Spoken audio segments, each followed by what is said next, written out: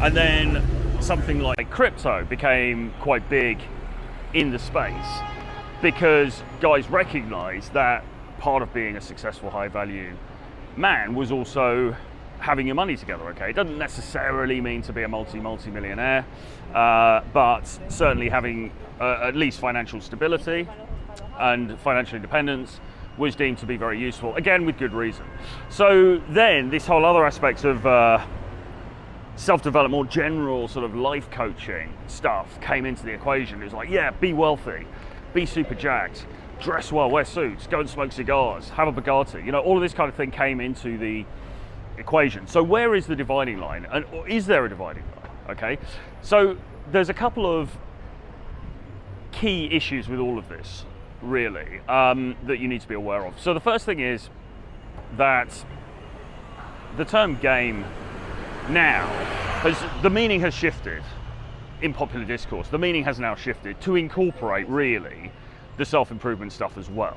So part of your game, so yes, your game may be your riz, you know, what you say to her when you walk up, the manner in which you approach, the manner in which you conduct yourself, that is your game. But also part of your game is probably looking good, wearing nice clothes, okay, having a cool, interesting lifestyle, maybe having some money behind you, whatever, okay. That's sort of related. It's kind of under the banner of game, all those things as well.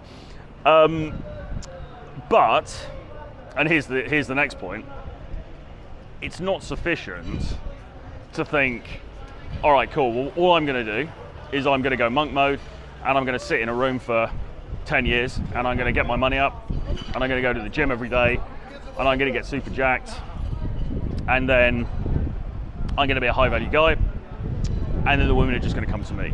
Okay, now that doesn't work either. Okay, so two things don't work. One thing that doesn't work is just being what they used to call a social robot, which is somebody who does game all the time. They're digging this place up, Jesus. Somebody who does game all the time but doesn't have any value. Okay, that's not a good way to go. All right, that's not a good way to go because you're going to get found out pretty quickly. Okay, she's going to know, or she's going to discover quite quickly that, okay, you may have come to her with some like cool lines or whatever in the bar or the nightclub, but actually you're a bit of a doofus, you're living in your mother's basement, etc., etc. Okay, I think we've got some opera coming up here, which is not going to be good.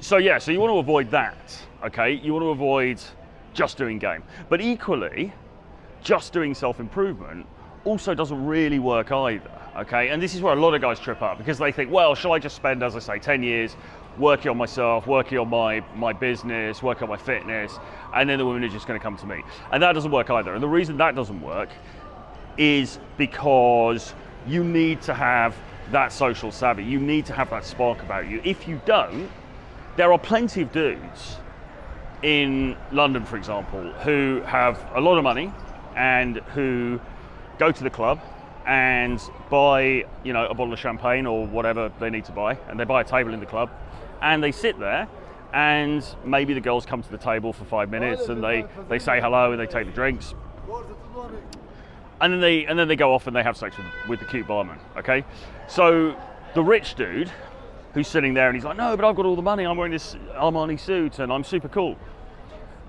It wasn't sufficient for him just to be that guy, okay? Because he hasn't got anything else. There's nothing else. He doesn't understand the social skills. He doesn't understand the classic game component of all of this, okay? So basically the answer is you need to have both, all right? If you just have the game stuff, then it might work to some extent, but particularly as you get older, you know, you need to have the other parts of your life sorted out anyway, right? I mean, you need to have a degree of financial success, or at least you need to have a degree of financial autonomy. You need to be able to stand on your own 2 feet financially, put it that way. It makes sense for you to be in shape, not just for women, but more importantly for yourself, for your self-esteem, for your health, and also for your mental health as well, because mentally, working out and all of that good stuff is just a really, really powerful thing. And so you need to do those things, but just doing them in themselves is not going to be sufficient in order to to really attract somebody, okay? So the Riz side of things, or the game side of things, is also super, super key. And so there's a constellation of different ideas here, okay? And I don't believe they're easily divisible, to be honest. I don't think they're easy to sort of say, well, this is one and this is the other. They're interconnected. And this is just the reality of being a man in 2023. You need to have a bit of all of this stuff, okay? Or at least you need to be working on all of these elements of yourself in life in order to be successful, particularly if you want to have a prolific dating life, if you want to date women who are more attractive than you, let's say, however you want to characterize that. You've got to be bringing something to the table. And the problem with a lot of dudes who are successful in other aspects of their lives are that, for a start, they don't understand intergender dynamics. Okay, they're clueless about that, so that's one thing. And secondly, they're not very charismatic, or at least, you know, they might be socially quite good.